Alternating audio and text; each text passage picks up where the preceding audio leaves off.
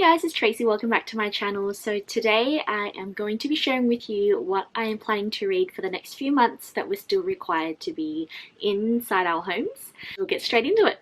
So currently I'm reading Pages & Co by Anna James. This is a middle grade novel which centers around a girl named Tilly, and she realizes that she can actually talk to book characters and enter their world through books, which is a little strange at first, but she realizes that her ability to book travel could potentially unlock a mystery that has been haunting her for years now. So the two characters that she grows to converse with or get to know is Alice in Wonderland and Anne of Green Gables.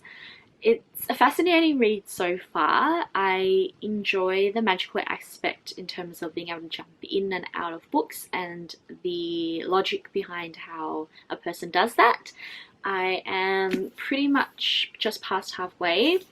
I don't know whether I love the characters as much, but I do know that I think it's bound to get a lot better if they can get to that mystery and figure out what's happened.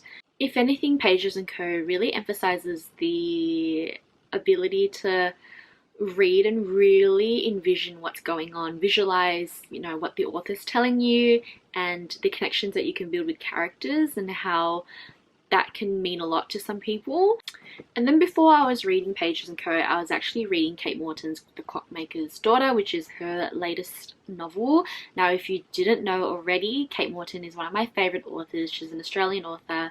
She writes a lot of mysteries that are set in different generations. So in the modern day, present time, someone will realize that there was a mystery along the lines down like past generations in their family, and they begin to discover what's happened. And you always get a parallel point of view from present day and past day, and then eventually they join up at the end so that you know exactly what's happened.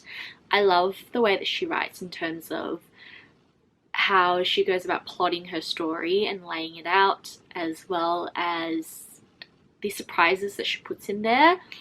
I will say it's taken me a lot longer to get into The Clockmaker's Daughter as opposed to her other novels.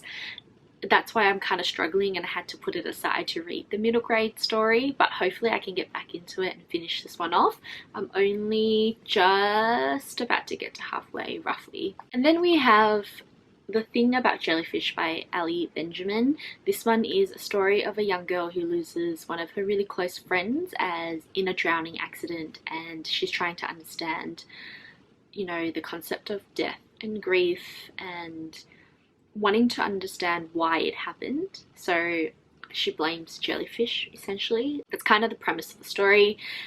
I'm intrigued to see what I think about this and how Ali Benjamin goes about portraying these really heavy topics for a young girl, along the same lines of talking about the topic of death and grief. This one here is called The Way Through the Woods by Long Lit Woon. This one is not so much a fictional story, rather Long Lit Woon goes about telling us how she ends up dealing with her husband's unexpected death by joining a club that goes to hunt mushrooms and avid mushroom, collectors, learners kind of thing.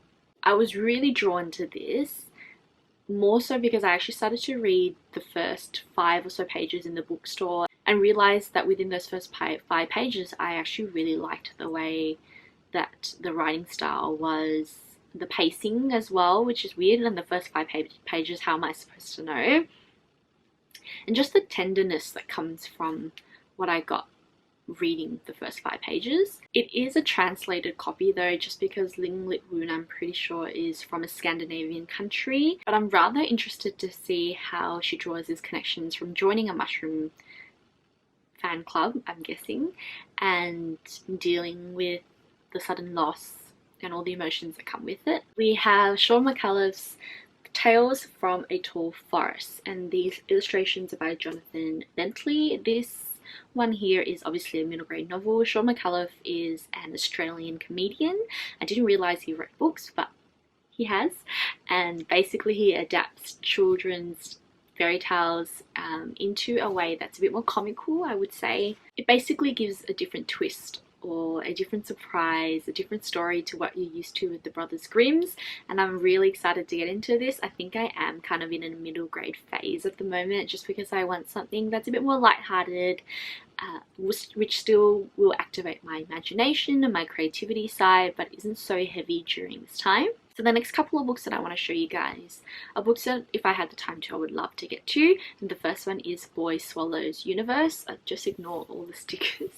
But this one is by Trent Dalton. It is, or was, one of the most well-known books last year, and I'm pretty sure one of the best-selling books last year as well. It's from an Australian author. I don't know much about it besides the fact that it's set in Brisbane and this boy is going through quite a bit at the moment. And there's just a lot going on with a lot of shady characters and him getting to that stage of the coming of age stage, essentially, and whether these people have an influence in his life, you know, what's the direction he's going through or going towards. So that's that one. And then I have Rose Under Fire by Elizabeth Wayne. Now, if you haven't watched my video where I suggest what you should read, one of the books by Elizabeth Wayne I mentioned in there, which is Codename Verity, one of my all-time favorite novels. So this one is another one of hers, which is kind of set in the same scheme of things. So essentially it's about women who are involved during the wartime and they're pilots or aviators, and the friendship that they gain out of it. I absolutely loved Codename Verity, so I am hoping that I also feel the same way about this one. And then I would love to reread the Harry Potter series. So this one is Harry Potter and the Philosopher's Stone. This is the 20 years anniversary edition. So I got this in the Gryffindor colours, if you can see. Yeah, there we go, Gryffindor colours in the hardback. I also have in paperback. I haven't got the rest of the collection yet, but we'll get there. So I would love to read the Harry Potter series again and possibly watch the movies. I don't see myself struggling to read the series, and I'm fairly sure I can get through it quite quickly. So we'll see how we go. And the last series that I really want to reread is the House of Scorpion series, or the Matteo Alarcon series, that's what it's called, by Nancy Farmer. Again, I also mentioned this in the video in which I recommended you what you should watch.